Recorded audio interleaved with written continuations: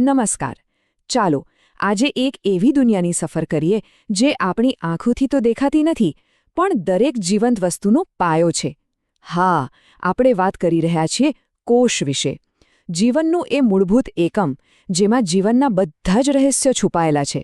તો ચાલો આ અદ્ભુત દુનિયાને થોડી નજીકથી જાણીએ. અને એ પણ જણાવી દઉં કે આપણી આ ઊંડાણપૂર્વકની સમજૂતીનો આધાર છે પરફેક્ટ એકેડેમી અને સાહિલ પંચાલ સર દ્વારા તૈયાર કરાયેલી જીએસઈબી ધોરણ 9 માટેની ઉત્તમ નોટ્સ. આ જ નોટ્સ આપણા આજના વિશ્લેષણનો પાયો છે. તો આપણી સફર કેવી રીતે આગળ વધશે? સૌથી પહેલાં આપણે જાણીશું કે કોષની શોધ કેવી રીતે થઈ. પછી આપણે કોષની સરહદની અંદર જઈશું, એના કંટ્રોલ સેન્ટરને સમજીશું અને પછી એની વ્યસ્ત ફેક્ટરીમાં કામ કરતા જુદા જુદા ભાગોને મળીશું. અને છેલ્લે આપણે કોષના 2 મુખ્ય પ્રકારો વચ્ચેનો તફાવત પણ જોઈશું. તો ચાલો શરૂ કરીએ. તો આ બધી વાતની શરૂઆત થઈ રોબર્ટ હુકથી. વિચારો, એમણે પોતાના જ બનાવેલા માઇક્રોસ્કોપ નીચે કોર્કનો એક પાતળો ટુકડો જોયો અને એમને શું દેખાયું? મધપૂડા જેવા અસંખ્ય નાના નાના ખાના. એમણે આ ખાનાઓને નામ આપ્યું સેલ. સેલ એક લેટિન શબ્દ છે જેનો મતલબ થાય છે એક નાનકડી ઓરડી. પણ એમને ત્યારે ક્યાં ખબર હતી કે આ નાની ઓરડીની શોધ આખા જીવવિજ્ઞાનને હંમેશા માટે બદલી નાખશે. કોઈપણ શહેર કે દેશની જેમ દરેક કોષની પણ પોતાની એક સરહદ હોય છે.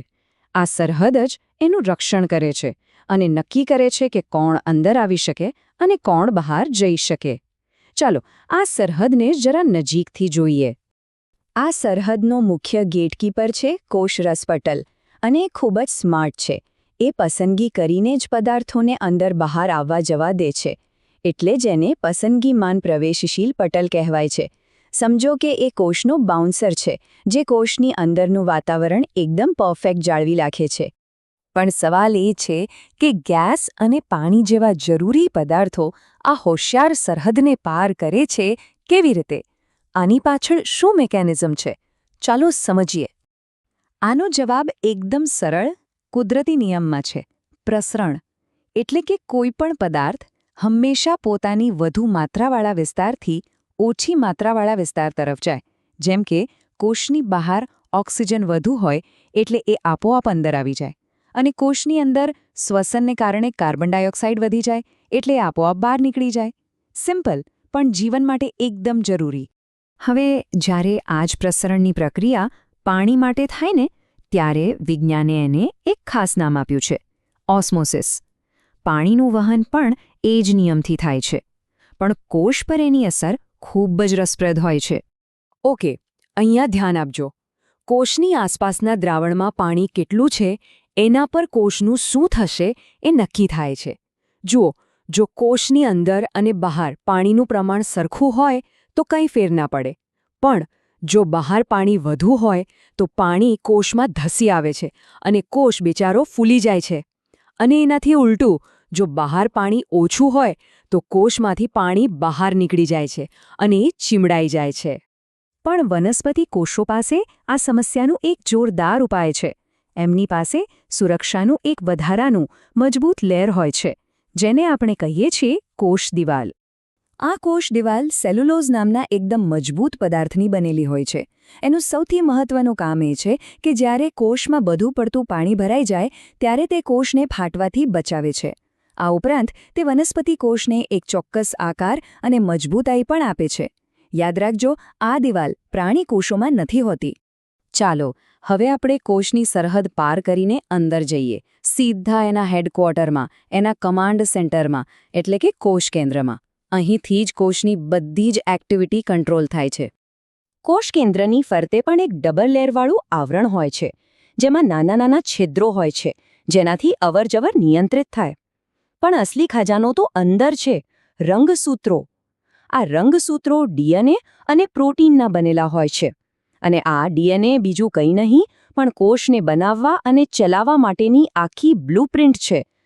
કોષનું વિભાજન કેવી રીતે થશે, એનો વિકાસ કેવી રીતે થશે, બધું જ અહીંથી નક્કી થાય છે. કોષ કેન્દ્રમાંથી બહાર આવીએ તો આપણને દેખાય છે કોષનું મેઇન વર્ક સ્પેસ, એક ધમધમતી ફેક્ટરી. આ જગ્યા છે કોષરસ, જ્યાં બધું અસલી કામ થાય છે. કોષરસ એટલે કોષમાં ભરેલો જેલી જેવો પદાર્થ, પણ એ ખાલી જેલી નથી. એમાં નાના નાના સ્પેશિયલાઇઝ્ડ વર્કર્સ એટલે કે કામદારો તરતા હોય છે, જેને આપણે અંગિકાઓ કહીએ છીએ. અને દરેક અંગિકાનું એક ચોક્કસ કામ નક્કી હોય છે. તો ચાલો આ ફેક્ટરીના કેટલાક મુખ્ય કામદારોને મળીએ. પહેલી છે અંતઃકોષ રસજાળ એટલે કે એન્ડોપ્લાઝમિક રેટિક્યુલમ. સમજો કે આ કોષની અંદરની ટ્રાન્સપોર્ટ સિસ્ટમ છે. એના બે પ્રકાર છે. એક છે ખરબચડી, જે પ્રોટીન બનાવે છે, અને બીજી છે લીસી, જે લિપિડ એટલે કે ચરબી બનાવે છે અને સાથે સાથે કોષમાંથી ઝેરી પદાર્થોને દૂર કરવાનું બહુ જ જરૂરી કામ પણ કરે છે. હવે ફેક્ટરીમાં માલ બની ગયો તો એને પેક કરીને મોકલવો તો પડે ને. એ કામ કરે છે ગોલ્ગી પ્રસાદન. આ કોષનું પેકેજિંગ અને ડિસ્પેચ ડિપાર્ટમેન્ટ છે. એ પ્રોટીન અને લિપિડને મોડિફાઈ કરે છે, સોર્ટ કરે છે, પેક કરે છે અને પછી કોષની અંદર કે બહાર જ્યાં જરૂરી હોય ત્યાં મોકલી દે છે. દરેક ફેક્ટરીમાં એક ક્લીનઅપ ક્રૂ તો જોઈએ જ. કોષમાં આ કામ લાઇસોઝોમ્સ સંભાળે છે. આ એવી કોથળીઓ છે જેમાં શક્તિશાળી પાચક ઉત્સેચકો ભરેલા હોય છે. એ કોષનો કચરો, બહારથી આવેલા દુશ્મનો જેમ કે બેક્ટેરિયા કે પછી જૂની નકામી અંગિકાઓ બધાને સાફ કરી નાખે છે. પણ સૌથી રોમાંચક વાત એ છે કે જો કોષ પોતે જ ડેમેજ થઈ જાય તો આ કોથળી ફાટીને આખા કોષને જ પચાવી જાય છે. એટલે જ એને આત્મઘાતી કોથળી જેવું નાટકીય નામ મળ્યું છે. આખી ફેક્ટરી ચલાવવા માટે પાવર ક્યાંથી આવે છે? એ આવે છે કણાભ સૂત્રમાંથી. આ છે કોષનું પાવર હાઉસ. તે એટીપી નામના ઊર્જાના સિક્કા બનાવે છે, જેનાથી કોષના બધા કામ થાય છે. પણ સૌથી આશ્ચર્યજનક વાત, કણાભસૂત્ર પાસે પોતાનું અલગ ડીએનએ અને રિબોઝોમ્સ હોય છે, જાણે કે કોષની અંદર એક બીજો નાનકડો કોષ રહેતો હોય.